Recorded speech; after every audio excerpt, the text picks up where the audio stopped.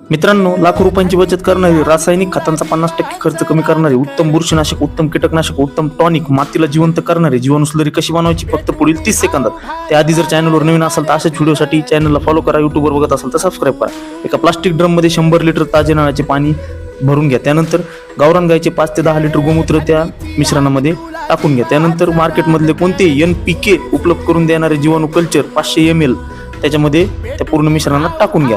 त्याच्यानंतर मॅटरायझिम ॲनिसोफिली नावाचे जैविक कीटकनाशक 200 ग्राम पावडर त्याच्यामध्ये टाका. त्यानंतर हजारो घातक बुरशींना खाणारी मित्र बुरशी ट्रायकोडर्मा विरिडी 200 ग्रामची पावडर त्यामध्ये मिश्रणात टाका. त्यानंतर आता काळा नैसर्गिक 1 किलो गुळाचे पाणी करा व त्यामध्ये टाका.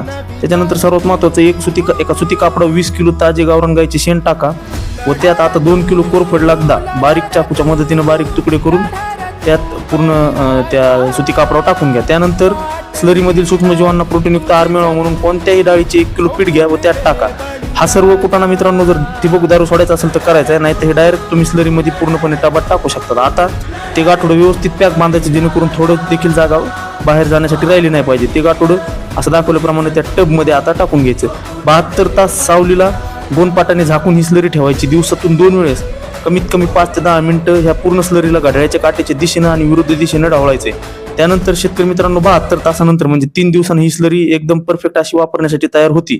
आता हिला वापरायचं काय प्रमाणे, हिला तुम्ही एकरी 200 लिटर ड्रिपद्वारे किंवा पाट पाण्याने सोडू शकतात. जर फवारणी करायची असेल तर 20 लिटरच्या पंपाला हे मिश्रण गाळून घ्यायचं 1 लिटर आणि त्या 20 लिटरच्या पंपात टाकायचे आणि याची फवारणी करायची. शेतकरी मित्रांनो याच्या संदर्भात एकदम सखोल व्हिडिओ मी युट्यूबला कृषी मित्र आनंद या चॅनलवर टाकलेला आहे. तुम्हाला अजून डिटेल पाहिजे असेल तर तुम्ही तिथे जाऊन पाहू शकता. शेतकरी मित्रांनो हा व्हिडिओ कसा वाटला ते सांगा. आवडला असेल तर लाईक करा.